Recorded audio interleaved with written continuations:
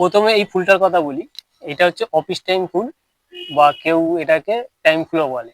এই ফুলটার বিশেষত্ব এরকমই, এর বিভিন্ন কালারের হয়, হলুদ, সাদা, নীল, পিঙ্ক, বিভিন্ন কালারের ফুলটা হয়। এই ফুলটা বিশেষত এই অফিস টাইম কেন বলা হয়েছে, এই ফুলটা অফিস টাইম মানে সকালে ফোটে আর সন্ধ্যের মুখে ফুলটা আবার বন্ধ হয়ে যায়, আবার সকালে ফোটে সন্ধ্যের মুখে বন্ধ হয়ে যায় একটা ফুল।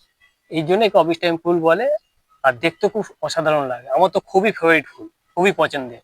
এইবারে একটা জবা আছে, এই জবাটা হচ্ছে নতুন ধরনের একটা জবা, ফুটিনি, গাছটা প্রথম ফুটলো।